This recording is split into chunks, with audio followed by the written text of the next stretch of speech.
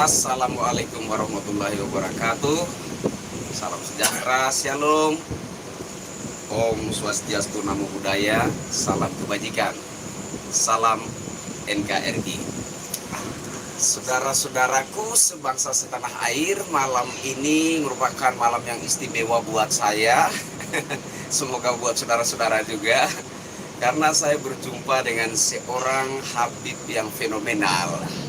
Silakan Bib, Ya, terima kasih atas waktunya Bib. Silakan Bib, salam-salamnya dulu Bib. Assalamualaikum, salam sejahtera buat semua pemirsa atau pendengar dari kami, salam persaudaraan lah. Oke, jadi saya yakin saudara-saudara semua tahu ya tentang Habib Kribo. Nama sebenarnya Habib Zain Asghaf. Ya, tapi lebih fenomenal, lebih dikenal dengan nama Habib Kribo, dengan sapaan Habib Kribo. Oke Bib, langsung saja. Pertama yang ingin saya tanyakan begini Bib, apa yang awalnya melatar belakangi Habib sampai Habib itu punya kepedulian, bahkan saya sebut cinta terhadap kebangsaan Indonesia? Ya, terima kasih. Pertama yang mendasari saya itu memikirkan negeri ini karena saya lahir di sini, hidup di sini, makan di sini, sekolah di sini, sampai berkeluarga di sini, punya anak di sini. Jadi saya nggak perlu lagi buka-buka kitab suci untuk mencintai Indonesia, untuk membela Indonesia.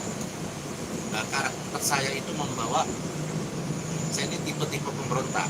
Tipe pemberontak, Ya. Wah, ini menarik. Pemberontak seperti apa? Jadi saya ini kalau melihat sesuatu yang tidak sesuai dengan akal saya, apalagi dalam hal keagamaan, itu saya pasti bicara. Masalah apa yang terjadi, saya nggak pernah memikirkan akibat. Saya harus bicara. Karena kalau saya terlalu memikirkan akibat bicara, kapan saya berani?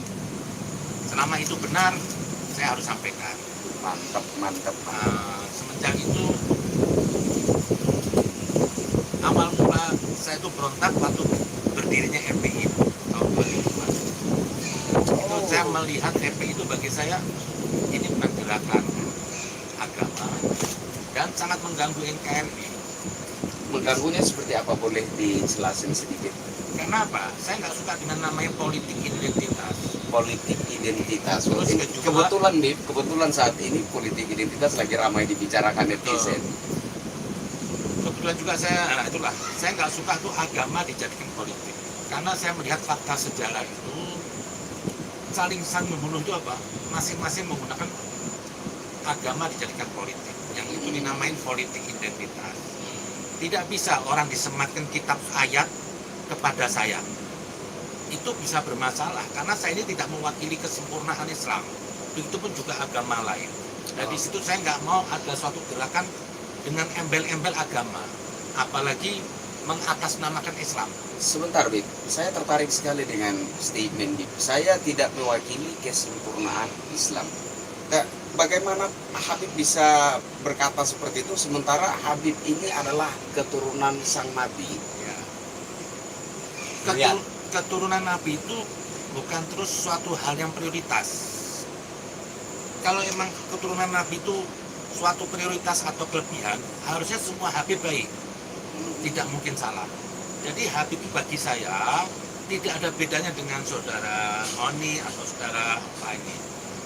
Kita sama saja. Nah, di situ saya pemberontak, orang melawan rezim FPI, mungkin saya sendirilah Habib. Karena saya nggak mau untuk ada kultus-kultus berlebihan. Bagi saya itu orang tua apa? Bisa jadi mulia karena perilakunya, bukan asal keturunannya. Siapa saja. Apa Habib nggak khawatir dengan statement Habib yang mengatakan Habib itu nggak lebih dari saya, nggak lebih dari Opa? Habib nggak khawatir akan menjadi sorotan umat Islam? Pertama malah saya dapat serangan dari etnis Habib sendiri. Karena ini sudah kelamaan kan, ada pengkultusan tuh saya nggak suka. Akhirnya dapat benturan. Ya kebetulan saya juga Habib lah. Jadi saya cuma hanya kritik sosial aja supaya orang lebih baik. Saya nggak mau ada sesuatu pengputusan yang tidak sesuai dengan ajaran Islam yang sebenarnya. Yang dimaksud ahlul bait dalam Al-Quran itu bukan saya. Ada orang disucikan. Kalau di Kristen ada 12 hawariyun, di Islam ada 12 ahlul bait. Nah itu orang yang istilahnya punya otoritas keimanan. Selainnya itu nggak bisa. Seperti orang mengklaim atas nama Islam itu tidak boleh.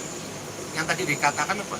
Semua agama, apapun agamanya itu sekarang ini persepsi manusia, tidak mewakili kebenaran Tuhan.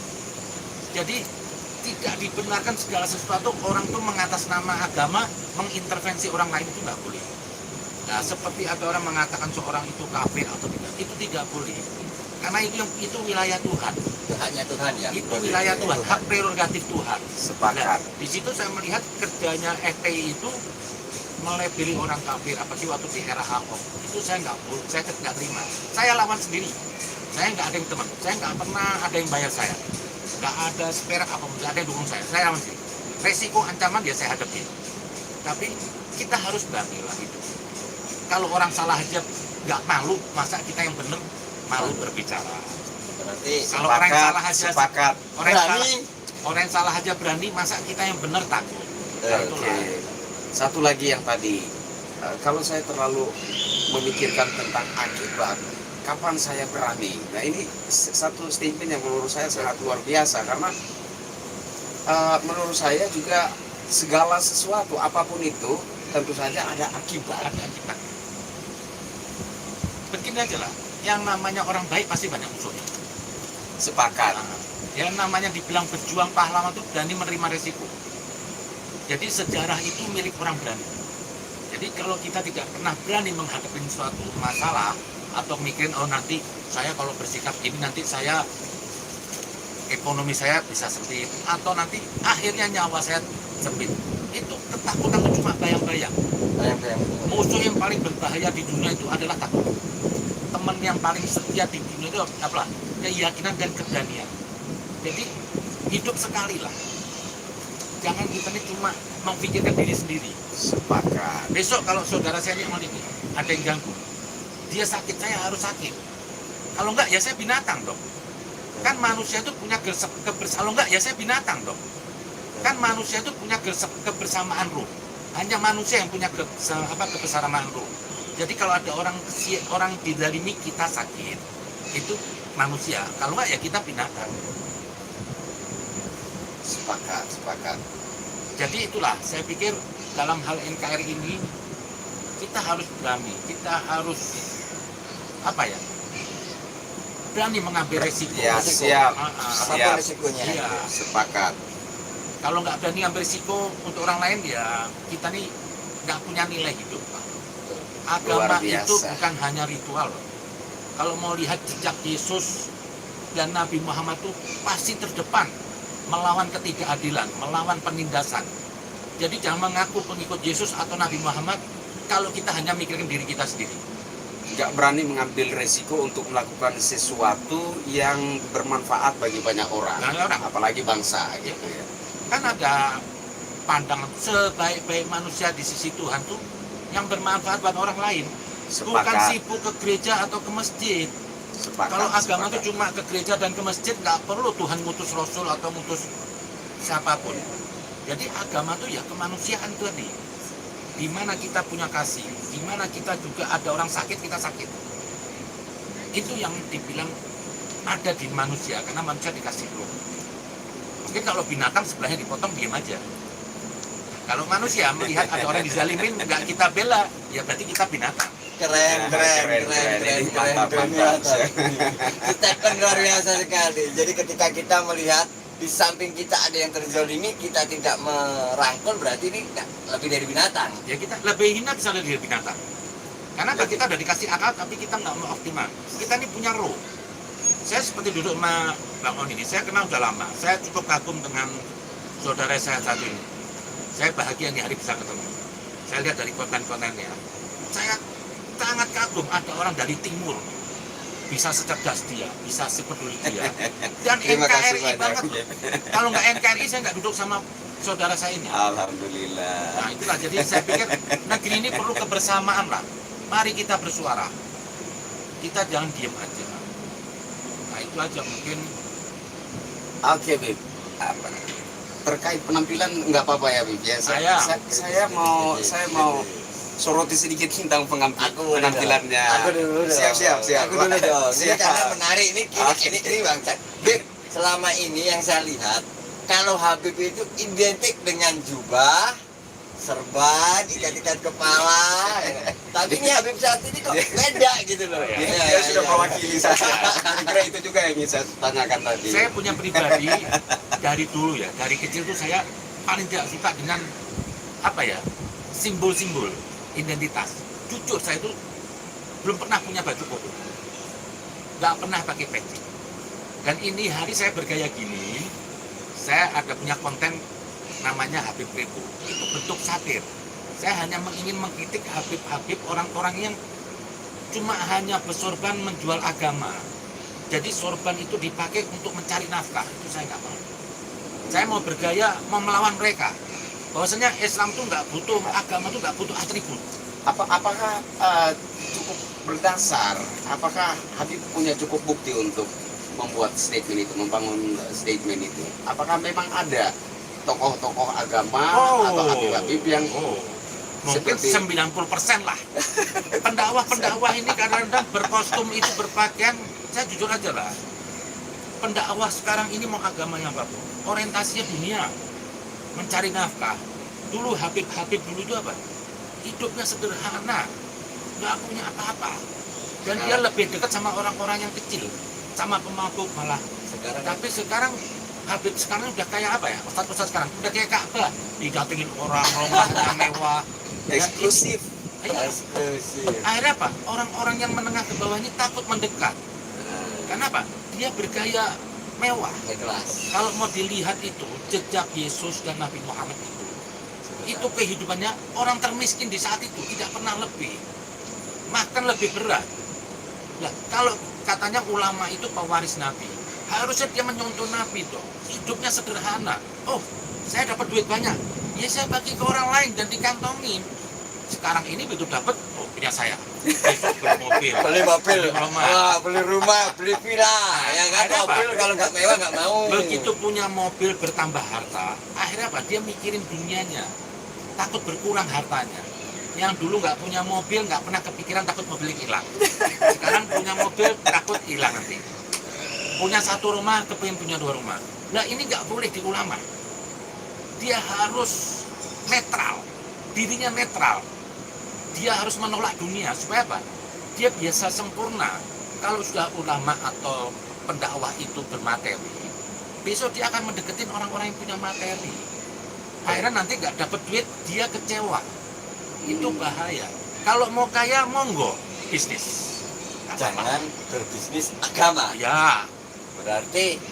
Berarti beliau tidak menghidupkan agama, tapi mencari kehidupan lewat agama. Nah, itu loh. Jangan kita hidup dari menjual ayat lah. Dari atribut keagamaan itu hanya dimanfaatkan untuk mencari, itu kira-kira. Ya atribut boleh, tapi jangan atribut ini. Kalau saya lihat sekarang ini kebanyakan orang gagal bisnis, gagal sekolah, baca buku, khotbah. Kita lihat sekarang sampai ada tarifnya 15 juta, 20 juta, 30 juta. Nah, itu sangat tidak baik. Yesus, Nabi Muhammad itu waktu menerima wahyu itu dengan berat.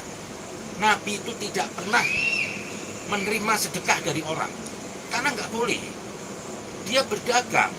Pernah suatu saat Nabi Muhammad itu gotong terigu, ada yang membantu gandum. Terus kata Nabi, jangan, ini untuk kepentingan keluarga saya, itu tanggung jawab saya, nggak boleh ada yang bantu. Dia gotong sendiri. Tapi kalau untuk umat boleh. Nah, kalau mau lihat lagi Yesus, nggak pernah kenyang perutnya, tidur nggak punya atap, atapnya langit.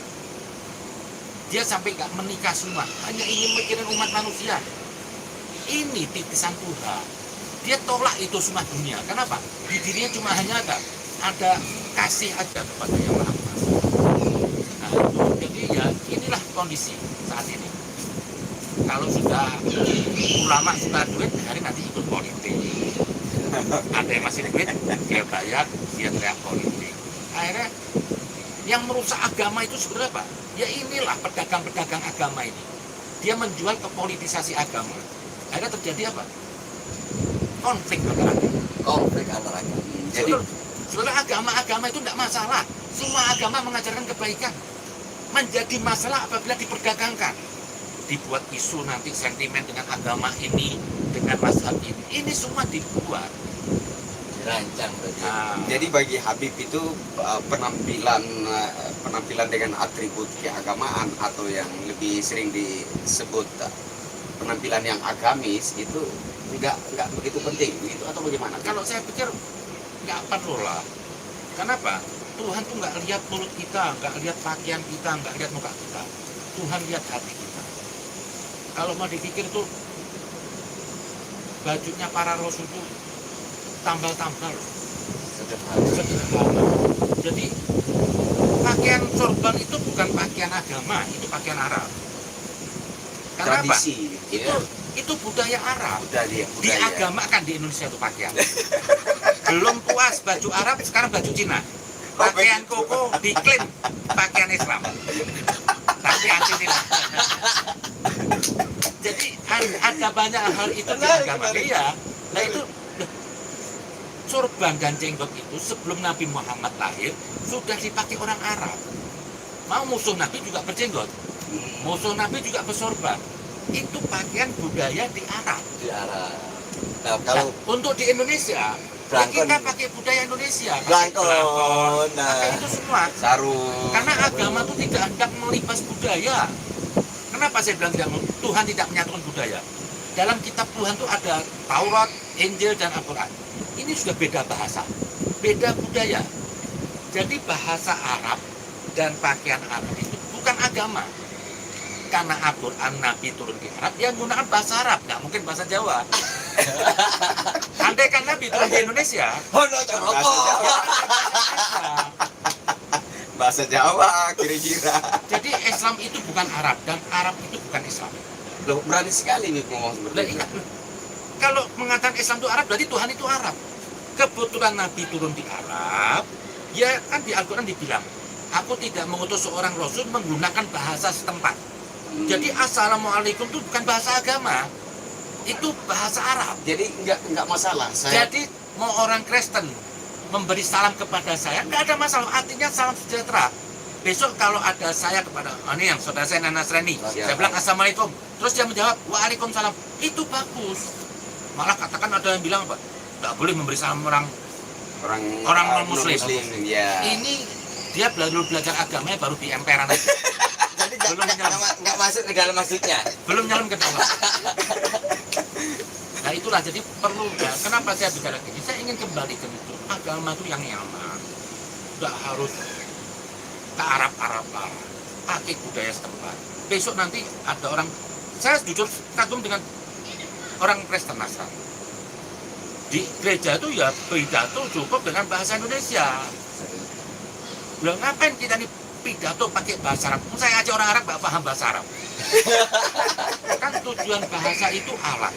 Tapi seperti ada satu stigmatisasi yang semacam kalau orang itu nggak bisa berbahasa Arab, Islamnya belum sah. Seperti itu yang sering muncul di sosmed gitu ya. Ada orang semua bicara begitu. Itu sudah salah memahami agama. Salah memahami.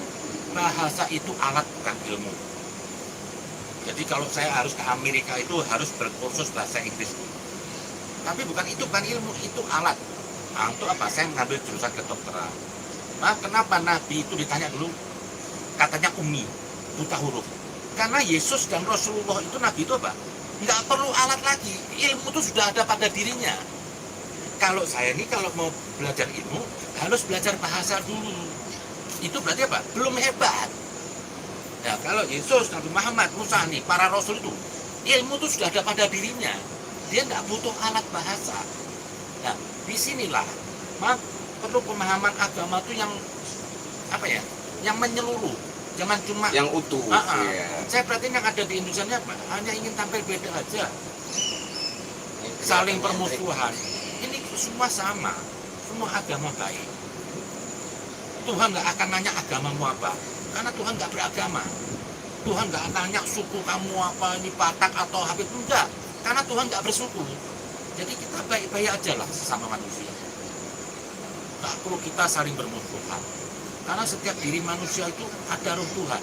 Dalam saudara saya ini tercipta ada roh Tuhan. Nggak boleh saya ganggu dia. Kalau dalam Injil disebut ada wajah Tuhan, kalau di Islam ada roh Tuhan.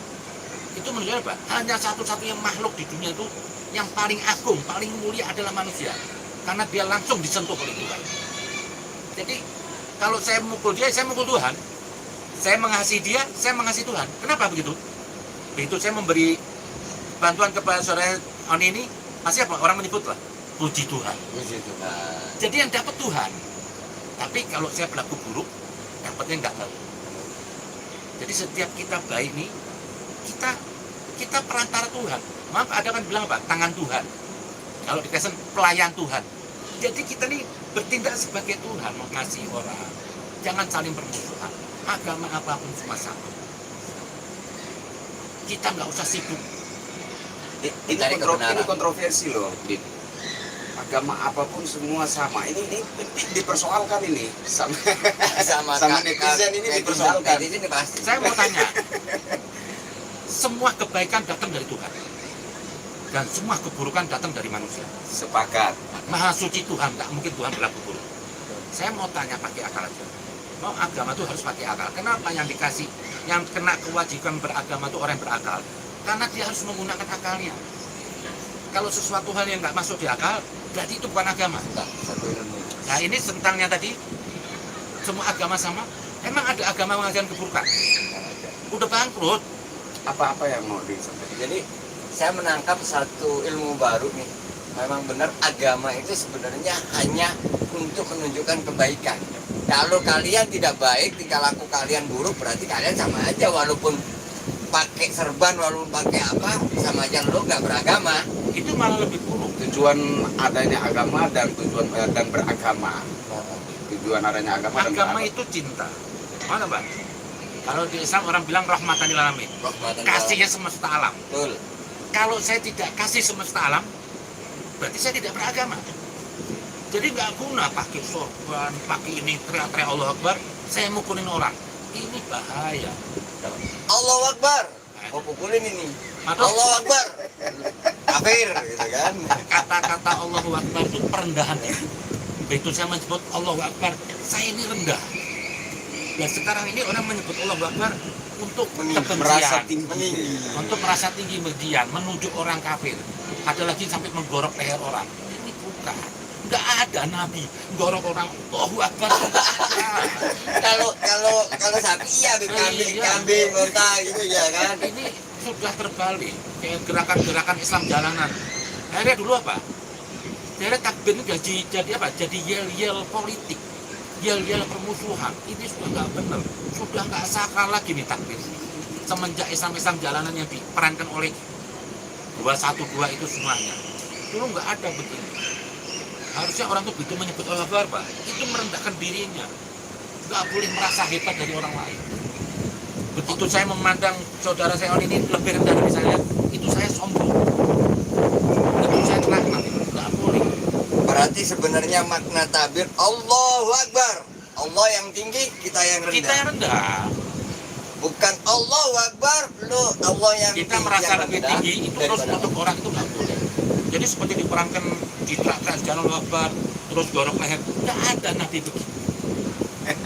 Berarti ke Islam yang pinggir jalan, Islam yang suka demo-demo Allahu Akbar ini, itu berarti Itu tidak benar. Apalagi Nggak yang benar, ya? keluar-keluar ingin mendirikan negara Islam. Nabi Wais. tidak pernah mencontohkan mendirikan negara Islam. Sensitif ini. Sensitif, Ini Kak. ini. Tidak ada Nabi mendirikan negara Islam. Mana Nabi mendirikan apa? Negara Madinah. Madinah itu apa? Semua orang boleh hidup. Di situ ada orang Yahudi, ada orang Nasrani. Kenapa saya bilang ada orang Nasrani? Saudara istri Nabi pertama itu semua Nasrani. Nabi dinikahkan oleh pendeta. Pamannya istrinya, Waraqah bin Nawfal. Itu pamannya Khadijah, dia seorang pendeta yang pertama ketahuan Nabi ini kerasulan. Jadi kalau saya tuh sedih kalau ada Islam dan Kristen bermusuhan. Kita ini saudara kandung, Amin. sama-sama agama tauhid. Sepakat. Ingat ya, Islam dan non Muslim, Kristen ini sebenarnya kita sahabat, saudara kandung yang harus saling menghormati. Kenapa nggak boleh mengabaikan? Nabi Keren, pernah menikah keren. dengan orang Kristen. Nabi pernah menikah dengan orang Yahudi. Pernah suatu saat Nabi itu dengan rombongan naik unta, dia minta suruh berhenti. Minta berhenti apa? Sahabat bertanya, ada apa ya Rasulullah? Kata Nabi pelan-pelan, di sebelah ada gereja lagi ibadah. Nggak mau mengganggu Nabi ada gereja ibadah. Kenapa sekarang umat Muhammad ini, umat Islam ini, kok benci kepada saudara kita kaum Nasrani? Kan gereja itu untuk menghadap Tuhannya. Dan itu ada di zaman Nabi. Kenapa kok kemarin ada di Cilegon orang nggak boleh bangun gereja? Emang gereja itu melahirkan keburukan. Biarkan, agama itu pilihan. Kita harus bisa membuka diri, orang lain memilih agama yang lain. Nggak boleh memaksakan. Itulah agama Islam. Itulah agama Nabi Muhammad. Jadi kalau ada orang memusuhi orang Kristen, melarang membangun gereja, itu bukan agama Rasul. Karena di Al-Quran itu surat Al-Ma'idah 47, Nabi waktu ketemu orang Kristen, Nabi menggunakan Injil. Maka dibilang ayat itu apa? Pengikut Injil, kamu wajib mentaati apa yang ada di dalam ini. Kalau orang Kristen nggak mentaati Injil, kata Nabi apa? Itu di Al-Quran apa? Dia fasik. Jadi biarkan mereka semua. Ini semua agama menuju ke Tuhan. Saya kepingin Indonesia itu kembali seperti itu. Seperti apa? Kembali seperti dulu, seperti apa? Tidak ada gesekan agama. Tidak ada gesekan agama. Saya tuh waktu masih kecil di Solo, tetangga saya itu Katolik. Itu kalau Natalan yang paling ruwet saya datang. Saya paling ngabisin makanan. Tidak ada masalah. Saya nggak pernah melihat musuh. Begitu nanti kalau ada Lebaran, umat Islam nggak ikut, Kristen boleh ikut Lebaran. Kita ini satu saudara. Nggak boleh kita bermusuhan. Nah inilah saya minta semuanya, para pendakwah semua, hentikan kita saling menyalahkan agama lain. Yang Islam nggak usah sibuk mengurusi Kristen. Yang Kristen jangan sibuk ngurusin Islam. Karena Tuh, dengerin. penista agama itu, yang dibilang penista agama itu, kalau orang Islam menghina Islam, orang Kristen menghina Injil, itu penista agama. Tapi tidak bisa dikatakan orang Kristen menista agama Islam, pun dia kitabnya lain. Kan rujukan dia kan Injil. Nah Islam pakai Al-Quran untuk umat Islam. Jadi penista agama itu yang sebenarnya apa? Umat Islam yang tidak mentaatin Al-Quran, itu penista agama. Orang Kristen yang tidak mentaatin Injil, itu penista agama. Kalau saudara saya ini sakit, saya nggak tolong, dia butuh tolong saya penista agama. Jadi penista agama itu yang larinya apa? Semua untuk ke manusia. Karena agama ini diturunkan untuk manusia, bukan untuk Tuhan. Jadi segala sesuatu yang tidak manusiawi, itulah penista agama. Jadi konteksnya ini keren nih guys, keren. Agama diciptakan untuk manusia, bukan untuk Tuhan. Keren. Prinsip beragama itu untuk manusia, bukan untuk Tuhan. Semua kandungan kitab suci, baik Injil Al-Quran itu, untuk hidup manusia di dunia, bukan untuk Tuhan. Tuhan nggak butuh sesembahan. Tuhan nggak butuh amal ibadah. Jadi saya bingung kalau ada orang membunuh atas nama Tuhan. Itu nggak benar. Menghujat, membenci atas nama Tuhan. Itu nggak benar. Tuhan Mengambil itu kasih. haknya Tuhan. Itu ya. loh. Saya Itu- pikir juga begini ya, Bi. Kalau memang Tuhan itu benci sama saya, kalau memang di mata Tuhan saya ini kafir, saya ini dibenci sama Tuhan, kan bisa saja saat ini Tuhan berfirman ambil nyawa saya seketika, kan bisa jadi. Sungguh besar kasih Tuhan. Betul, ini pertanyaan bagus. Sungguh besar kasih Tuhan. Selalu mengasihi, selalu merahmati. Seperti manusia semua nggak ada yang pernah berlaku dosa. Sedetik aja Tuhan marah, hancur nih bumi. Tuhannya aja kasih, masa manusia nggak mau kasih? Itulah beragama itu yang enak. Tuhan itu baik, kasih, nggak ada kerusuhan. Pokoknya nggak usah buka kitab-kitab suci lagi. Sesuatu hal yang nggak kasih itu kafir. Jadi kafir itu bukan teologis, kafir itu moral. Sepakat. Di saat saya menyakitin orang itu kafir. Kafir. Kalau teologis itu sudah nggak perlu lagi lah. Kenapa? Ajaran ini untuk manusia. Isinya apa? Moral. Supaya manusia saling mengasihi. Supaya ada kedamaian. Maka di alam hadis Nabi dikatakan tidak beriman seseorang Berarti apa? Kalau tidak beriman, kafir. Kafir. Sebelum saya menyintai saudara saya ini Oni, seperti menyintai saya. Kalau dalam Injil itu ada surat Matius. Jadi ketuhanan itu dimaknai mengasihi sesamanya. Siap. Barang siapa yang mengasihi sesamanya berarti apa? Dia Mengasihi. bertuhan. Dia mengenal Tuhan. Jadi kalau nggak mengasihi, tidak Ya, kenal bertuhan. Tuhan. Itu aja lah. Kita baik-baik aja di dunia sama manusia. Oke. Sama manusia yang baik aja lah. Itu wujud kita sayang sama Tuhan. Oke, Sepakat. sepakat. Oke, Bib. Sekarang agak kita mengantisipasi tentang Ke negara. Begini. Jadi terkait apa ya situasi politik jelang pemilu 2024 ya, Bib ya. Jadi begini. Apakah Habib sendiri melihat adanya potensi situasi politik seperti yang pernah terjadi di Pilgub DKI 2017 silam, yang mana begitu kental dengan stigmatisasi, justifikasi, kalau lu nggak sama pilihan dengan saya berarti lu kafir, sesat, halal darahnya. Apakah Habib melihat potensi ini ada? Justru saya melihat 2024 ini bisa lebih bahaya. Kenapa saya bilang lebih bahaya? Karena ini ada kekuatan luar yang besar berebut di negeri ini, Amerika. Karena apa? Dia tidak berkehendak Jokowi lagi. Dia tidak berkehendak penggantinya orangnya seperti Jokowi. Karena apa? Jokowi ini bagi saya apa? Tuhan kasih buat orang Indonesia. Amin. Sepakat. Dia merubah negeri. Saya tuh berbahagia. NTT itu tiap hari ditengok oleh Jokowi. Kenapa? Kebahagiaan orang NTT, kebahagiaan saya. Nah inilah Jokowi yang hebat. Nah ini bahaya 2024. Jujur saya harus to the point. Yang saya khawatirin kalau Anies itu jadi RI 1. kalau Anies jadi RI 1 atau jadi presiden. Seperti apa kekhawatiran Habib? Khawatirnya. Kan sering kan ada kampanye itu katanya Anies itu toleransi. Ya, Ya kan? toleransi. Dia waktu menjadi gubernur itu dia menjegal Ahok menggunakan politisasi agama. Mengatakan itu kafir gak boleh memimpin. Setelah dia jadi gubernur, dia ambisi R24, dia mulai mendatengin gereja. Itu munafik bagi saya. Berarti Dia cuma itu aja. Kenapa saya bilang ini berbahaya? Oke, Anies pribadi baik. Cuma kalau Anies ini dia menjadi presiden, ini kelompok-kelompok radikal ini hidup. Seperti HTI, FPI. Apa gunanya dia ke gereja, tapi dia toleran terhadap intoleran? Ya sama aja intoleran. Pemimpin itu harus tegas. Nah. Toleran terhadap intoleran, sama aja intoleran. sama dengan intoleran. Nah, jadi dia berkata apa? Di era saya itu damai. Contohnya seperti SBY. SBY kan damai ke arah itu. Damai. Tapi di mana nama SBY? HTI bisa kongres di Senayan. HTU Senayan di Kongres. Kongres di Senayan. Didiamkan. FPI berkembang pesat. Nah ya, nah itu bukan kebenaran, bukan pemimpin yang hebat. Kalau merasa kalau pemimpin itu damai, berarti pemimpin yang paling buruk adalah Yesus dan Nabi Muhammad. Tiap hari mengadakan perlawanan loh. Jadi Habib berpendapat bahwa kehadiran Pak Anies Baswedan di rumah-rumah ibadah non-muslim ini bukan gambaran daripada nasionalisme tadi. Paham nggak? Itu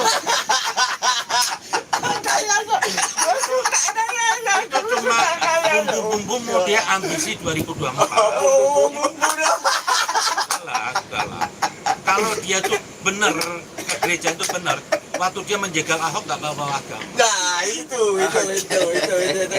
Negeri ini bukan negeri agama. Oke, siap. Jadi siapa aja warga negara punya hak yang sama untuk menjadi pemimpin negeri ini. Jadi pemimpin negeri ini mau muslim non muslim bebas asal warga negara Indonesia. Dan yang nasionalis, Dia harus NKRI dong. banyak warga negara Indonesia yang nggak nasionalis, cuma bertopeng aja. Malah Soekarno bilang apa? Musuh kita yang saat ini lebih sulit. Kenapa? Kita akan melawan bangsa sendiri. Banyak nih begundal-begundal di negeri ini yang ingin menjual negeri ini. Nah ini yang saya khawatir dari Anies. Dia cuma hanya boneka aja. Kalau dia jadi presiden, Pegundal-pegundalnya Boneka sebentar, Bib. Boneka. Kenapa Habib bisa berkata seperti itu? Kalau dikatakan boneka, artinya ada yang mengendalikan dia. satu, kenapa saya bilang boneka? karakter dia memang lemah. Kedua, dia kan nggak punya kekuatan apa. Dia sekarang butuh orang untuk jadi partai. Besok dia jadi presiden. Dia akan mengikuti siapa yang memberikan, yang mendukung dia. Nah ini yang bahaya. Jokowi itu bagi saya dulu lembek. Sama saya lihat lembek. Ternyata apa? Jokowi itu punya mental menang. Punya mental berani. Bisa ngambil Freeport. Yang katanya Amin Rais kalau Jokowi bisa ngambil Freeport, saya mau jalan kaki dari Solo Yuda. Ternyata Jokowi yang menyelesaikan. Blok-blokan, Terus Chevron, blok Mahakam. terus 30 sekarang menjual bahan mentah timah. Dulu waktu kita cuma dapat untung 16 triliun, sekarang belum sempurna aja udah dapat untung 360 triliun. Tidak boleh menjual nikel. Itulah Jokowi ini sekarang dikagumi dunia. Siapa yang berani sekarang sama Jokowi? Nggak ada. Nggak ada berani. Sampai mendamaikan Ukraina aja Jokowi datang. Si kerempeng. Di negeri orang Jokowi dihormati. Tapi saya sedih di negeri sendiri masih ada orang menghina. Nah, itulah. Bagi saya ini Jokowi apa? Habib yang sebenarnya, pendeta yang sebenarnya, ulama yang sebenarnya. Dia bukan berdakwah ngoceh. Dia dalam amal menghidupi 200 juta orang. Dia nggak tidur tiap hari. Dia pikirin semuanya. Inilah orang yang sebenarnya Jokowi. Yang dibilang Pak, pewaris Nabi lah sudah. Tapi begini, Bib, kita kembali sedikit, kita mundur satu langkah soal Pak Anies Baswedan tadi. Kalau kita bicara seperti ini, apalagi Habib yang bicaranya begitu ekstrim, itu dibilang membenci Anies. Bagaimana menurut Habib? Bukan membenci. Begini loh. Jadi Kompor ya. Kompor nih, Bib. Kompor. Kalau nggak ada kompor, kita nggak bisa masak air panas, nggak bisa bikin Iya, kopi. Iya. tapi harus begitu untuk mengurus suatu negara ini apa? Kita nggak boleh basa-basi. Kita harus apa adanya. Harus apa adanya. Andai kan ini teman saya ini buruk, saya akan katakan buruk. Andai kan ini musuh saya benar, saya akan katakan benar. Jadi bukan karena like and dislike. Siap. Anies teman saya. Meskipun itu musuh, kalau yang dia lakukan benar, harus dikatakan Saya harus benar. kalau enggak saya munafik. Mantap, mantap, sepakat. Jadi saya berkata apa adanya. Untuk negeri ini kita jangan main-main. Loh, untuk Anies ini berbahaya lah. Kita sudah lihat di DKI. Apa? Sebagai seorang pemimpin aja dia gagal semuanya. Janjinya gagal. Tapi terus mulutnya Tapi dia dapat banyak penghargaan loh. Bagi saya apa? Itu anak kecil lah. Dulu kalau kita masih kecil dapat penghargaan, terus ada teman saya datang karena dia nggak tahu perlombaan, saya dapat penghargaan. Nah, ini kalau orang tuh bekerja baik, nggak perlu penghargaan kayak Jokowi. Mungkin penghargaannya lebih hebat. Tapi tidak Tapi butuh pengakuan. rakyat sudah merasakan kinerjanya. Jadi nggak perlu pamer penghargaan. Orang yang suka pamer penghargaan itu apa? Dia nggak percaya diri. Karena apa? Kerja dia itu sebenarnya apa? Kosong. Dia numpang-numpang piagam. Ya, seperti kemarin ada penghargaan dari kerukunan umat beragama. Tapi dia bohong lagi. Yang dari umat Katolik nggak ikut, dari Konghucu nggak ikut. Inilah kejahatan-kejahatan. Dan kalau pemimpin itu begini, ini bahaya. Satu, kalau mau beli pemimpin itu apa? Lihat latar belakangnya. Siapa yang dekat sama dia? Kita sudah jelas-jelas. Yang dekat sama dia siapa? Kelompok-kelompok Islam radikal semuanya. Kalau andaikan Jokowi mendukung FPI dan HTI, saya akan tolak. Jadi bukan karena kebencian pribadi. Kita harus lihat fakta lapangan. Saya nggak mau, Pak. Mungkin besok Anies menjadi, andaikan jadi presiden, tapi mustahil. Saya jamin Anies nggak jadi presiden. Jangan sakit hati ya. Jangan ada yang sakit hati. Jangan ada yang sakit hati. Ngamuk semua Bib tuh. Wah, lu. Ngamuk semua. Ngamuk semua. Saya jamin nggak. Ngamuk semua tuh. Saya jamin nggak jadi presiden. Cuma saya berandai-andai aja. Kalau Anies jadi presiden ke depan, betul negeri ini damai. Tapi dia membiarkan untuk gerakan-gerakan kelompok-kelompok radikal. Untuk menguasai republik ini. Nanti yang kena imbasnya apa? Setelah Anies tidak jadi presiden, generasi ke depan akan bisa saling membunuh. Seperti di negara-negara Arab. Saling membunuh. Karena apa? Pemimpin setelah apa? Dia akan kena beban. Kena apa hasilnya? Efeknya. Beb, saya mau nanya. Ini kan mereka itu mengatakan loh itu bukan Islam radikal, tapi mereka itu mengatasnamakan Islam garis lurus. Ya. Yang paling Lurus, bener. lurus, Beb. Itu gimana maksudnya, Beb? Begini aja lah. Garis lurusnya gimana? Kita nggak usah pakai buka-buka ilmu lah. Pokoknya gerakan apapun yang menggunakan kekerasan, memaksa, itu bukan agama. Oh, Tuhan aja nggak maksa kok. Tuhan nggak menghukumi. Saya masih punya dosa. Ini masih punya dosa. Pernah terus besok nggak kencing, tetap bisa kencing. Jadi jangan dengan kekerasan. Jadi nggak usah buka kitab Injil. Mau agama apapun yang menggunakan kekerasan pemaksaan itu kafir bagi saya. Oh, jadi yang mengatakan Islam garis lurus kafir ya? Kafir ya, guys. Kafir. Weh, kafir. Kafir. Jadi sebenarnya gini, Beb. Kalau aku mengatakan Islam itu sebenarnya kalau mereka mengatakan garis lurus, kalau saya mengatakan elok, indah, penuh rahmatan dan lil alamin. Kalau saya sih ya, kalau saya. Apa gini, tolak ukur Kalau saya. agama itu, kita mau melihat gerakan mau agama, mau gerakan apapun, kita lihat outputnya. Kasih kepada. Apa Kalau- yang dihasilkannya? Apa yang dihasilkan? Kalau enggak, mau dibungkus apapun bungkus agama, itu sesat. Sesat. Jadi kafir itu sekali lagi, kafir itu bukan teologis. Kafir Tapi itu moral. moral. Wow, luar Karena biasa. apa? luar Prinsip biasa. beragama itu buat manusia, bukan buat Tuhan. Jadi segala sesuatu, kalau semua sembahyang ke gereja itu buat manusia di dunia. Habis mati nggak ada agama lagi. Jadi kandungan agama ini semua apa? Untuk di dunia, keperluan dunia, supaya manusia bisa saling menghargai, saling mengasihi. Jadi perbuatan sesuatu yang kekerasan, nggak terima kasih, itu bukan agama. Itu kriminal bertopeng agama. Oke, jadi kita kembali ke mantan Gubernur DKI Pak Anies Baswedan. Jadi pendekatan yang dia lakukan terhadap umat non Muslim ini hanya sebatas Itu pencitraan. tipu-tipu saja, Pak. Tipu-tipu. Kalau saya lihat, kenapa tipu-tipu? Waktu dia menjatuhkan Ahok itu dia paling politik. Saya ini Muslim loh, saya ini Habib. Saya menolak politisasi agama itu kafir dalam Islam. Nabi nggak pernah mengklaim atas nama agama. Yesus itu juga begitu. Waktu era Yesus ada kaum Yahudi Tauratnya, ada Majusi, banyak agama sebelumnya, tapi dirangkul semua, tidak mengatas nama Nabi Muhammad juga itu. Jadi kalau ada orang mengklaim, ayo kita bela Islam, nggak ada itu. Islam dalam Al-Quran itu bukan bermakna golongan agama, orang yang berserah diri. Jadi kalau saudara saya ini, dia mentaatin Injil, mengikuti perintah Yesus, itu bisa dimaknai Islam, orang yang berserah diri kepada Tuhan. Jadi Islam dalam Al-Quran itu bukan golongan agama. Kalau golongan agama, berarti Tuhan sektarian. Tidak ada tuh. Tidak ada Yesus beragama Kristen atau Nabi Muhammad beragama Islam. Tidak ada riwayatnya, cari. Jadi itu aja. Jadi pemimpin ini kita harus lihat masa depan ke Indonesia. Indonesia itu bukan negara agama. Tidak boleh orang mengklaim agama. Dan tidak ada orang mendirikan agama, negara agama itu kafir. Karena apa? Nabi tidak pernah. Nabi tidak pernah mendirikan agama. Para rasul itu diutus untuk semua manusia. Di dalamnya banyak agama.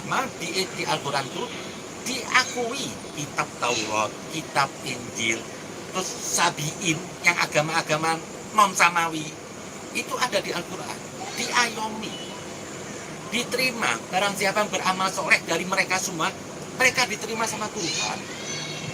Nah, agama ini dikasih merek sama orang, merek pecah-pecah.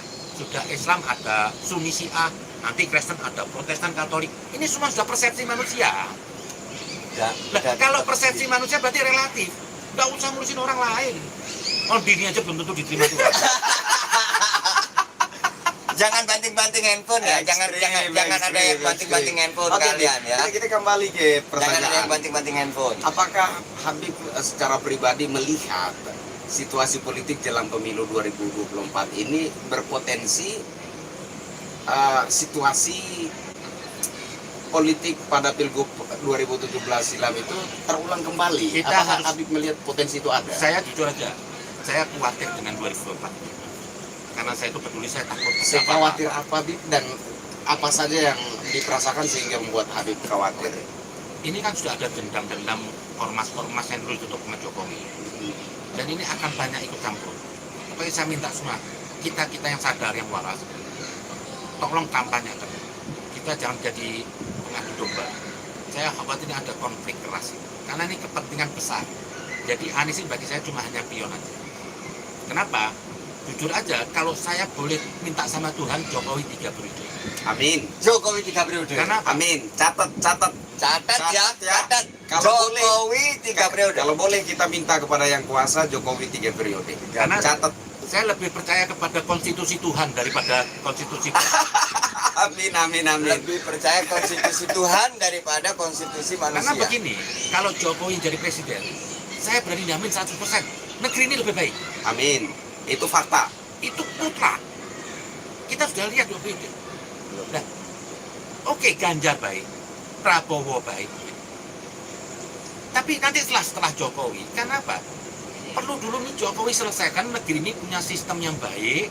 Nanti berganti presiden ke depan, itu sudah punya panduannya rakyat. tinggal nerusin. Tidak melanjutkan. Tapi kalau saat ini resesi besar tuh. Mau kemarin saya dukung tuh pendapat dari Pak Victor Lesodat, Gubernur NTT. Dia mengatakan kalau bisa pemilu ditunda daripada buat bangun duit ratusan triliun. Ini kondisi negeri lagi sakit. Ini dunia lagi sakit. Ini tahun 2023 tuh diprediksi akan resesi. Tapi Anda perlu tahu semua ya, tangan Jokowi itu menyelamatkan Indonesia loh.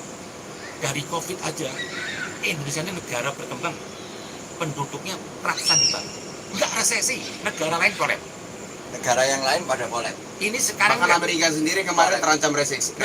ini Inggris, Jerman, Inggris sampai ganti berapa kali Perdana Menteri. Yang kemarin 2 bulan mundurkan diri. Sekarang di Inggris tuh harga minyak 4 kali lipat. Ini musim panas, orang nggak bisa pakai AC, pakai kipas angin. Nanti gimana musim dingin, nggak bisa pakai heater. Ini negara kita masih rapi. Ini di tangan Jokowi. Nah, kalau kondisi negara ini masih belum jelas ini, 23 nanti ada resesi, 2024 pemilu. Kalau diganti presiden baru, dia belum tahu lapangan. Bisa hancur negeri ini. Tangan Jokowi yang bisa menyelesaikan masalah itu. Mungkin Tuhan kasih Jokowi untuk orang Indonesia. Kita banyak perubahan loh. Dunia mengakui. Sekarang di mana coba? NTT dulu nggak pernah disentuh. Berapa banyak ada apa? Jadi kerja Jokowi nanti apa? Yang menikmati presiden setelahnya.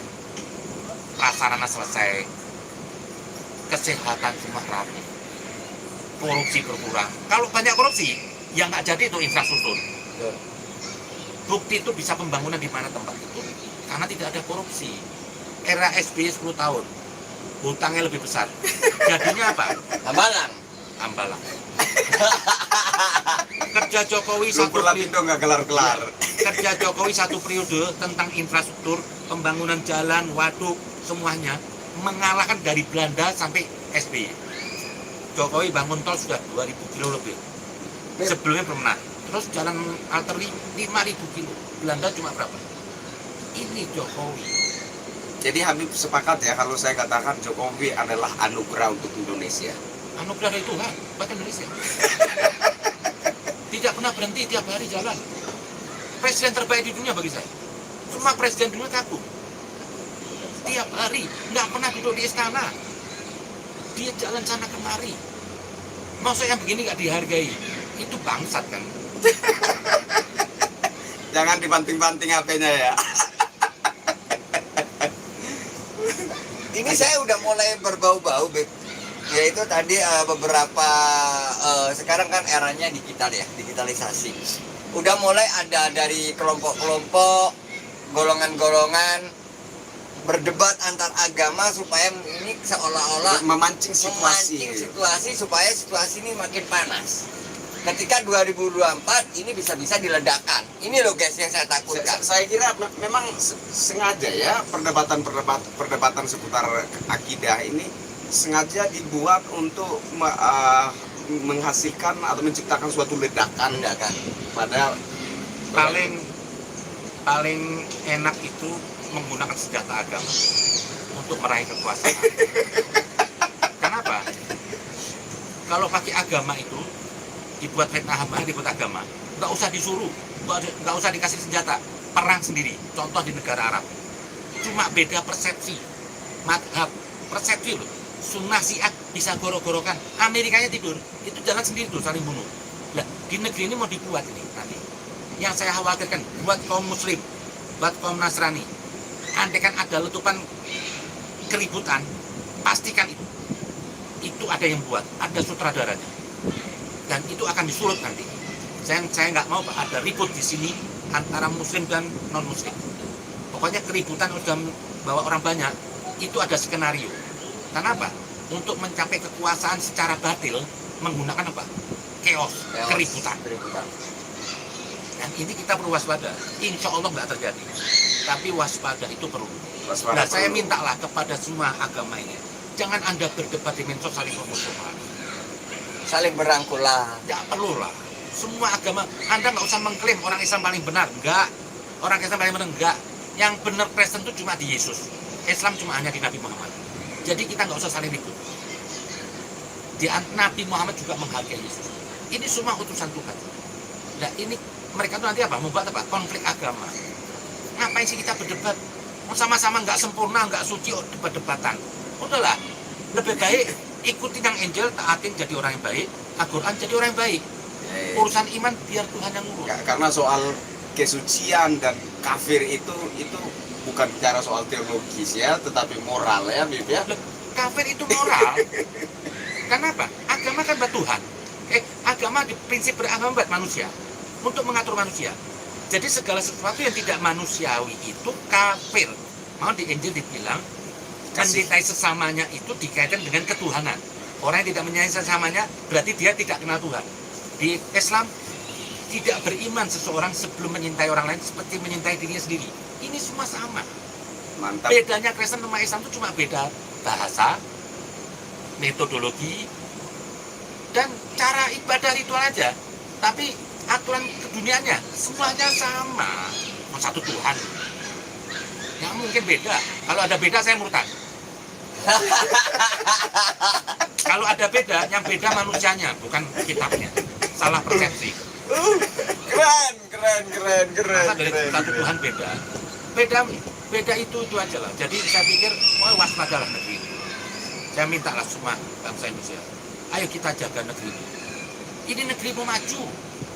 Negeri ini paling kaya di dunia. Semua ada di sini. Apa yang nggak ada di Indonesia? Semua ada di sini. Kita jaga negeri ini. Jangan kita mau dipancing sama orang-orang lain. Ribut agama. Ini agama tuh pepesan kosong ribut. Hati-hati lo. Saya capek kadang-kadang melihat orang ribut agama. Saya tuh malas ngomong agama. Tapi capek. Ini pepesan kosong cuma diributin. Habib nggak khawatir ntar dibilang penista. Nah, bilang penista agama lo, Beb. Agama tuh simpel loh. Kebajikan sudah. Gimana orang baik? Udah nggak usah sok ribut. Nanti yang satu bawa ayat Al-Quran, yang satu bawa firman Injil. Dua-dua belum tentu benar. Quran yang menurut umat Islam belum tentu Quran menurut Tuhan. Injil yang menurut umat Nasrani, Kristen belum tentu Injil menurut Yesus. Jadi nggak usah ribut lah. Ini semua persepsi. Yang penting kita kasih aja. Kita bersaudara. Ini negeri baik, bangsa baik. Bangsa Indonesia ini bangsa baik. Ratusan suku bersatu. Ini hari saya bisa bersama seperti saudara. Masih silaturahmi yang bagus. Kalau sudah silaturahmi itu Pak, sudah ada lagi gap beda suku, beda agama enggak. Kita semua berteman. Saya sakit, dia sakit. Besok dia sakit, saya sakit. Bentar, ini. Saya sedikit mau tanya, ini agak pribadi, boleh nggak, Beb? Boleh. Beb, sama Anis kan sama, Beb, turunan Jamat. Kok nggak belain Anis sih, Beb? Jadi nggak masalah loh. Kok jangankan saya sesama Yaman. Nabi Muhammad perang sama pamannya, Abu Jahal. Jadi Abu Jahal itu pamannya. paman. Nah Anis tuh bukan Habib. Kalau saya Habib. Anis bukan Habib. Bukan Habib, dia Arab. Yaman tapi kan, Beb. Tapi bukan Habib. Saya Yaman juga, tapi ada Habib. Tapi bagi saya itu cuma sama saja semua. Jadi maaf, jangan karena kan dibilang apa? Jadilah saksi yang adil. Di atas segalanya, di atas suku atau agama. Kalau ini sekarang sudah ini Kristen, ini apa Islam? Dia benar, saya benarkan. Dia salah, saya salah. Sekalipun saya Islam. Jadi tolak ukur itu apa? Kebenaran, bukan bungkusnya. Mau keriting, mau keribu, mau mereknya apapun, yang kita bisa ukur apa? Kebenarannya aja. Jadi jangan terus kalau ada orang Arab itu diidentikan agama. Belum tentu. Yang bunuh Nabi, keluarga Nabi semua orang Arab. Orang Arab. Karbala marah. Lah, saya mau kasih tahu ya satu. Tempat diturunkan Nabi itu bukan tempat yang mulia. Tempat diturunkan Nabi itu tempatnya sudah bejat. Wow. Musa untuk Fir'aun, Yesus untuk orang Yahudi, Muhammad untuk orang Arab. Jadi tempat yang sudah bejat itu baru dikirim sama Tuhan, Pak. Utusan. Utusan. Alhamdulillah kita ini orang Indonesia. Berarti apa? Kita baik. Tidak perlu dikasih utusan Tuhan. Tidak perlu diutus. Paham nggak? Paham nggak? Paham nggak? Paham nggak? Paham nggak? Paham nggak kalian? Kan nggak perlu Ayo. diutus Tuhan. Yang Kristen paling baik. Kalah Kristen di luar dengan Kristen di sini. Islam juga kalah Islam di Arab sama Islam di sini. Kita bersaudara. Pelangi itu indah karena beragam warna. Nggak perlu disatuin warna. Kalau di dunia ini cuma agama hanya Islam aja, nggak ada orang mau jadi kiai. Nggak ada yang berlomba dalam kebaikan. kebaikan. Mau di Al-Quran dibilang Pak, Tuhan tidak menjadikan satu umat. Berarti apa? Ada berapa kitab? Supaya apa? Saling berlomba dalam kebaikan, bukan saling mengkafirkan. Udahlah, yang tahu kafir oh diri saya aja belum tentu mukmin. Gimana saya mau ngafirin saudara saya ini? Saya belum tentu diterima sama Tuhan. Kan kurang kerjaan. Ngapain sih? Mendingan saya sibukkan diri saya supaya masuk surga daripada saya ingin membuktikan orang lain masuk neraka. Itulah jalan hidup yang baik. Nah, untuk negeri ini nanti saya minta tentang politik 2024. Siap. Kita harus semua menjaga negeri. Siap. Kita cari pemimpin. Siap. Saya cuma satu aja, saya nggak basa-basi orangnya. Cegah jangan sampai Anies jadi presiden. Sebentar. Harus saya ikut menyuarakan cegah Anies nih. Anies nggak boleh jadi presiden nih. Kan itu sama-sama dirinya aman. Tuh, nggak ada Loh, urusan. itu lagi diulang-ulang. Kamu ini ada maksud terselubung ya. Itu lagi diulang. Saya mau kasih tahu ya, saya berteman sama Anies tuh dari di Rektor Mana Madinah. Saya bukan benci sama dia. Nah, ini loh yang ini loh yang saya cari. Saya bukan benci sama Ini dia. yang saya cari. Saya Lantas apa kalau bukan Saya- benci? Ini orang nggak layak. Andai gini aja sudahlah, andai gini aja. Nggak layak Anies nggak layak jadi presiden ya. Anies nggak layak jadi presiden. Contoh gini aja lah. Kalau saya dicalon presiden, Anda jangan milih. Saya nggak layak jadi presiden. Layak. Saya nggak mampu. Jadi bukan karena kebencian dari ini kepantasan aja. Jadi nggak pandang suku atau apapun, agamanya apapun. Kita harus memilih presiden yang pantas, yang bisa melindungi bangsa ini. Kita sudah dikasih contoh sama Tuhan tuh Jokowi kemarin. Jangan sampai kita gagal memilih pemimpin nanti apa? Yang beda antitesis dengan Jokowi. Hancur negeri ini. Kita harus cari, kalau andekan Jokowi nggak bisa 3 periode, kita harus cari orang yang bisa seperti Jokowi. Setidak-tidaknya mendekati, gitu Mendekati. ya. Bisa Ganjar, juga bisa Prabowo. Karena Prabowo juga menunjukkan kebaikan. Tapi apakah Bapak Prabowo akan berani melepas rangkulannya terhadap kelompok-kelompok ekstrim? Saya lihat Prabowo itu nasionalis. Kalau Anies itu cuma modalnya jual agama. Terus Arab. Balik lagi guys. Arab itu jadi diidentikan agama. Itu salah. Ada bangsa kita ini pribumi yang keturunan sini juga salah, Pak. Kalau lihat orang Arab itu agamais, belum tentu. Baju putih itu di Arab itu buat ngadu anjing, buat balap mobil. Itu bukan baju agama. Karena sebelum Nabi ada juga orang pakai baju putih. Nah, di sini kalau sudah ada orang Arab, karena Anies ini Arab, terus dilekatkan Islam, terus Ganjar yang pribumi, terus Islamnya itu manusia setengah manusia, itu nggak betul. Kalau saya mengambil kesimpulan, Islamnya Ganjar lebih baik daripada Islamnya Anies. Wow, ekstrim. Nah, saya melihat Prabowo itu nasionalisnya tinggi. Bukti Prabowo apa? Kalau dia nggak, bukti dia mendekat dengan Jokowi, apa dia pernah menolong Rizik FPI? Enggak. Jadi saya pikir waktu Prabowo itu kampanye kemarin salah asuh lah. Kanan kirinya bego aja lah. Didekatkan sama orang FPI. FPI itu kecil, nggak lebih dari 10.000 orang FPI.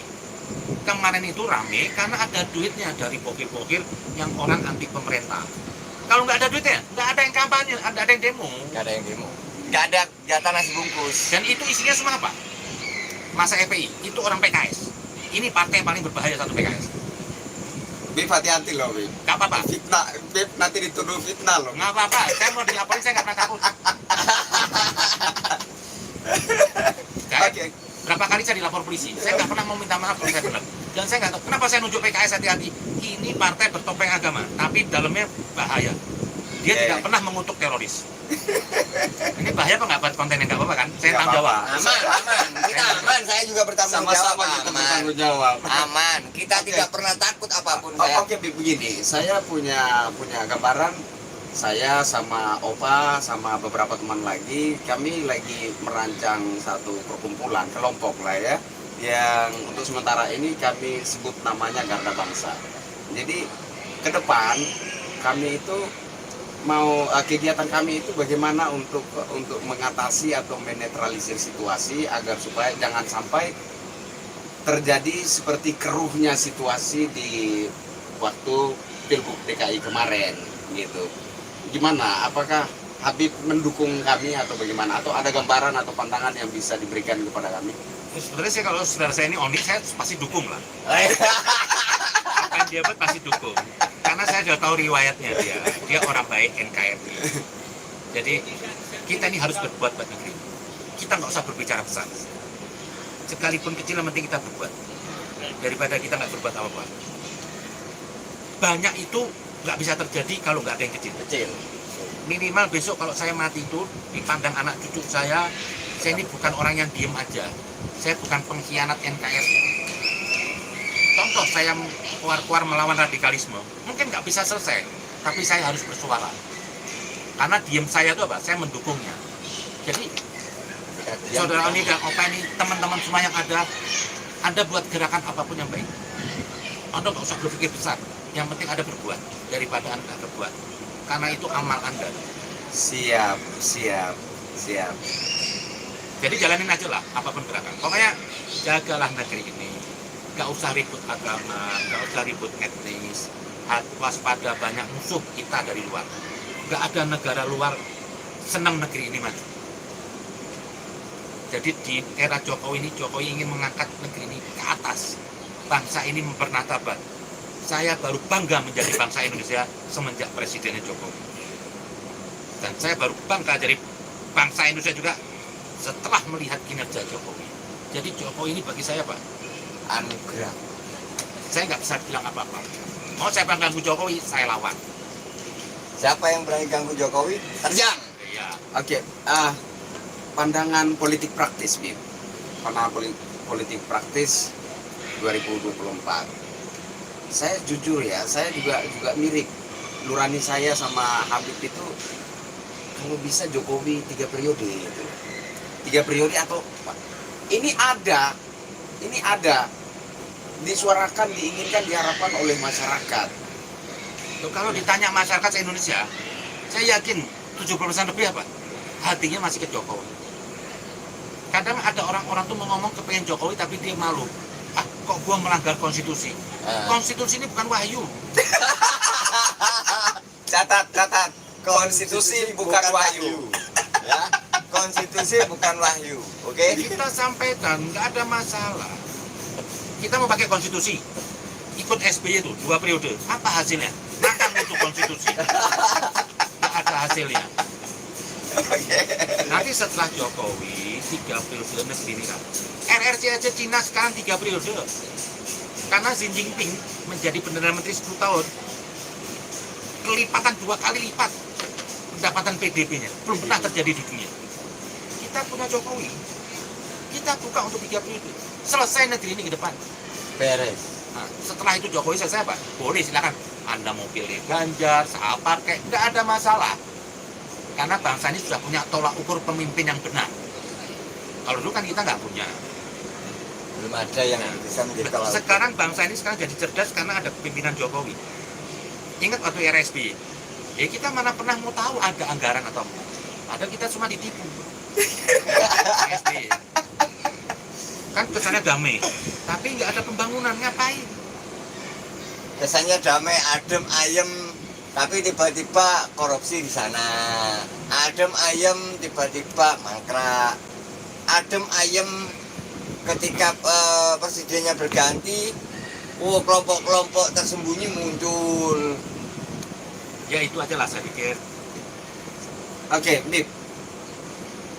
Saya sejujurnya waktu tahun 2018 kalau nggak salah, ya tahun 2018 itu waktu itu sudah mulai kampanye tentang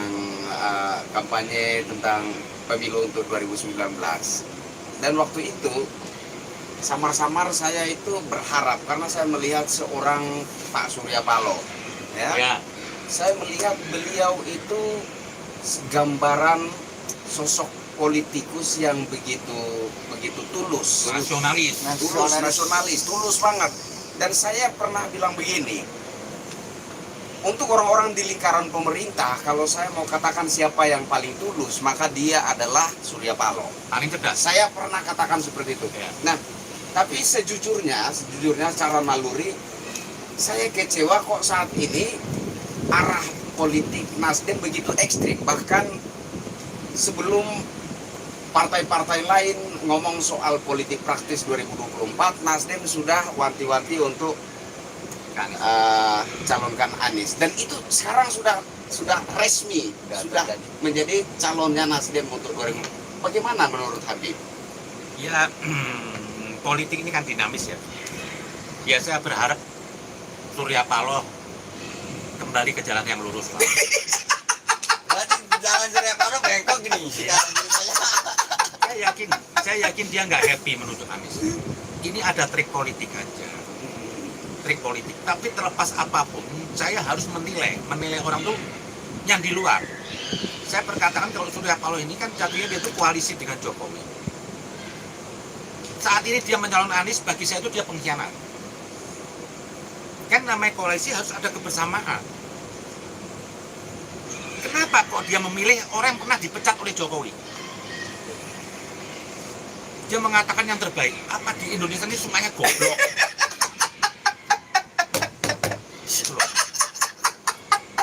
Apa goblok? Kan enggak begitu dong. Ini Surya Paloh main-main. Pokoknya saya sikapin ini hari. Tapi saya berharap dia besok ke depan bisa berubah. Saya berubah, ini ya? hari bagi saya Pak, Masih berharap. Nasdem ini salah fatal. Akan hancur partainya. Orang kalau mencalon orang baik, muka mimiknya enak. Kalau mencalonkan orang nggak baik, Kalau memaksa diri, Dia Surya Paloh sebelum mencalonkan Anies sama setelah mencalonkan Anies, Beda. mukanya nggak enak. Melengut, kusem, nggak happy. Waktu deklarasi Anies aja kamu lihat aja, kayak orang ingin mengkabarkan kematian. Diam semua serius. Ini pemaksaan. terlalu memaksakan diri gitu Saya ya. kagum sama Surya Paloh. Kalau bicara itu orator hebat. orator kehebatannya bang. Tapi kok ini hari jadi kerdil dia. Dia pilih Anies. Seorang yang satu lahir dari politik identitas. Kedua dia pemimpin yang gagal. Gagalnya seperti apa, Bib? Coba Soalnya soalnya satu prestasi Anies di Jakarta sumur nggak ada. resapan, Bib, sumur resapan. Sama-sama. Nah, ini mungkin statementku terakhir ya. Ya, siap. Ya, Bib. Bukan statement terakhir, pertanyaan terakhir, Bib. Saya mau bertanya, Bib, dari sejarah-sejarah presiden kita yang pertama sampai presiden Jokowi. Ini kan masih mayoritas semuanya dari 1 sampai sekarang ini Pak Jokowi ini semua pribumi, Bib. Nah, Ini ya. Semua Jawa. Iya. Saya nggak setuju Ya. itu kalau Kan bawa dulu, isu-isu bukan Ya. tidak setuju. Saya nggak setuju. Tapi kita juga harus membicara realitas masyarakat.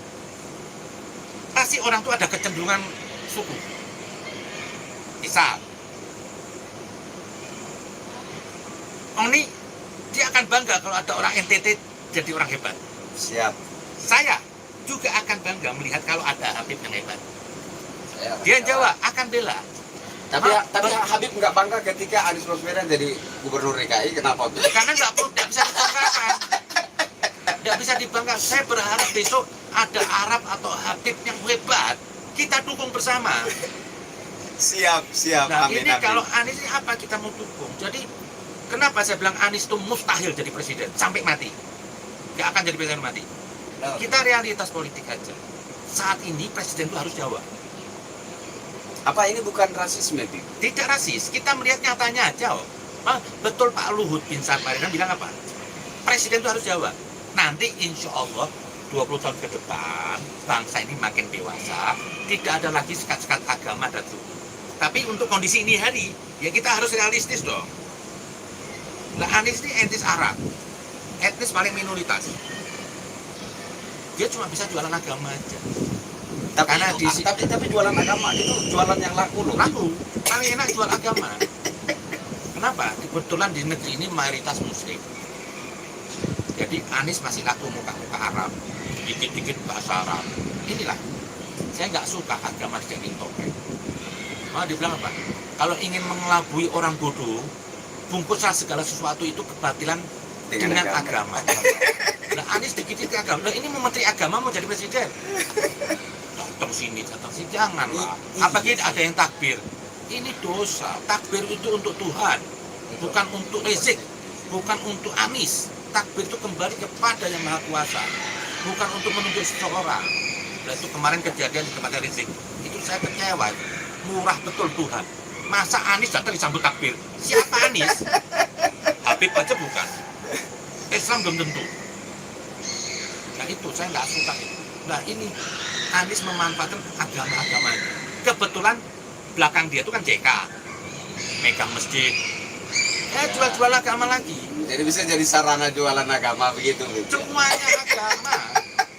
Loh, Anies itu kemarin jadi gubernur, kebetulan lawannya Ahok, minoritas etnis, minoritas agama. Dikasih fitnah Al-Maidah. Kalau enggak, Nah, jadi menurut Habib, Ahok itu difitnah. fitnah dong. Mana ada? Kenapa Habib berpandangan bahwa dia difitnah? Tidak ada perkataan untuk menista Islam.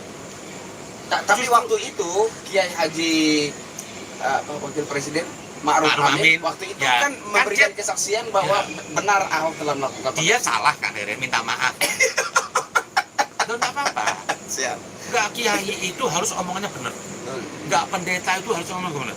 Tapi orang yang gentleman. Kayak kemarin ada Pak Gilbert. Dia pendeta besar. Salah, dia minta maaf. Enggak hina. Ma'ruf Amin, waktu dia mengatakan Ahok penista agama, terus dia mengatakan tidak, itu enggak hina. Justru orang minta maaf itu kesatria. Sepakat. Jangan kita ini kalau sudah gede gengsi minta maaf. Enggak apa-apa. Saya nggak perlu dipuji orang kok. Itu yang harus kita contoh. Nah, seperti Ahok tuh difitnah waktu itu. Dan ini kejadian Ahok ini pernah terjadi di era setelah Nabi meninggal. Cucu Nabi Ali bin Abi Thalib, orang yang dimuliakan di Al-Quran, dituduh penista agama. Akhirnya apa? Digorok. Itulah jadi pilih pemimpin yang tidak menggunakan identitas agama, yang punya track record yang baik, terus mau bekerja keras. Anies kerjanya apa sih? Tiap hari duduknya di balai kota, badan tambah gemuk, kulit putih. Contoh Jokowi, dari presiden sampai sekarang kurus juga, karena tiap hari jalan. Tapi dia tuh satu-satunya gubernur DKI yang bikin sumur resapan paling banyak loh. Bib. Ya, 400 miliar. Itu kerja nggak pakai utek. Pakai otak. Belum pernah ada gubernur DKI sebelum Anies yang berani bikin tugu. Dulu waktu era Jokowi dan Ahok, saya bangga jadi warga Jakarta. Kenapa? Jadi barometer seluruh provinsi Indonesia. Kerjanya Ahok dan Jokowi, saya bangga. Tapi ini hari habis Ahok Anies, jatuh ke Anies, gak bangga Pak, malah dapat hujat seluruh provinsi Indonesia. Apa kelebihannya? Itulah tolak ukur manusia. Apa sih dikerjakan Anies? DP 0, 0. Naturalisasi 0, OKOC 0. Formula E nggak ada gunanya, dipaksain 1 triliun, hilang uang. Stadion JIS yang kerja bukan Anies, yang bebasin tanah Fauzi Bowo. Diurus sertifikat sampai Ahok selesai. Bangun stadion JIS itu apa? 80% dananya dari pusat. Jadi di sini Anies cuma kepala tukang aja. Tapi dibanggakan. Belum selesai itu stadion JIS, dijual agama lagi, dibuat sholat lagi. Kapan selesai kalau negeri ini harus beragama? Jadi Bagi saya yang sembahyang di situ nggak sah. Jadi ini semua semacam hanya sandiwara politik begitu ya, Bib ya? Ini topeng-topeng semua, manusia bertopeng. Oke. Atau apa? Dia tuh hanya ingin cari kekuasaan dan manfaat. Nanti ujungnya dibagi-bagi nih sama orang lain. Itu berbahaya. Oke, jadi kita rakyat Indonesia harus mencegah Anies jadi presiden. Kira-kira itu statement paling menarik yang saya dengar dari Habib. Jangan usah basa-basi. Cegah Anies sampai jadi presiden. Itu sudahlah. Oke. Kalau Anda memilih Anies, Anda bertanggung jawab, negeri jadi hancur ke depan. Oke, dengerin itu. Kalau Anda mendukung memilih Anies jadi presiden, Anda bertanggung jawab apabila negara ini rusak. Kalau andaikan Anies itu Jokowi, saya juga akan tolak. Jadi saya bukan karena apa-apa. Andaikan sekarang karakter Anies ini sekarang tuh itu dirinya Jokowi, saya akan lawan. Jadi Jadi bukan saya- soal wajahnya, bukan soal Sukunya, agamanya, apapun. tapi Anies track lebih record bagus. kinerjanya nggak benar.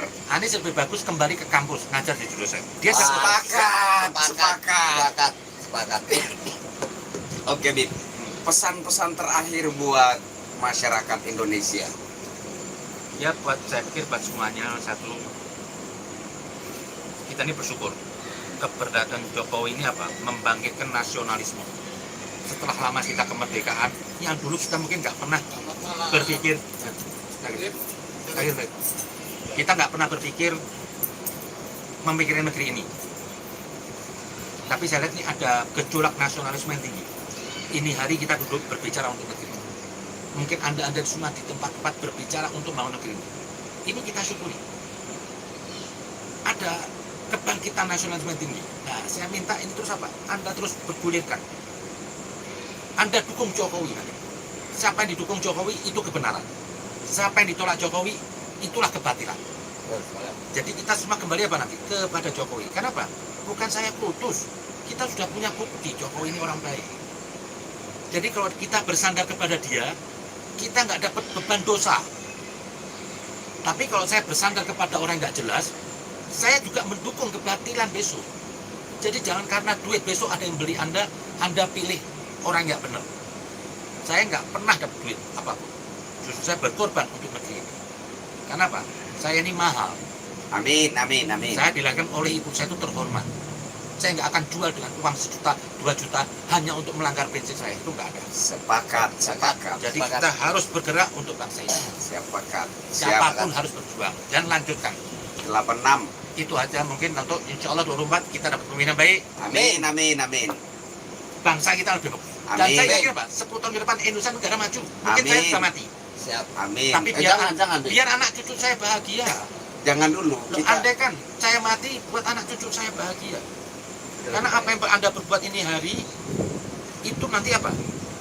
Kebahagiaan anak cucu Anda. Kalau Anda nggak berbuat, Amin. berarti Anda besok lihat anak cucu Anda menangis. Amin, amin. Itu aja mungkin. Sepakat. Terima kasih. Terima kasih. Pesan-pesan terakhir. Oke, siap. Kalau saya yang penting kita berbuat baik. Jangan sampai 2024 kita dibentur-benturkan oleh agama. Karena 2024 adalah saatnya kita bersatu, Bhinneka Tunggal Ika. Merdeka diraih tidak hanya untuk kemerdekaan itu diraih bukan dari hasil mengemis ataupun minta, tapi diraih penuh perjuangan oleh Gelora Sumpah Pemuda yang dimana itu tidak peduli ras, suku, agama, tapi satu, kemenangan Republik Indonesia. Thank you. Siap. Salam Blogosito. Terima kasih, Bi. Terima kasih, Mas Opa.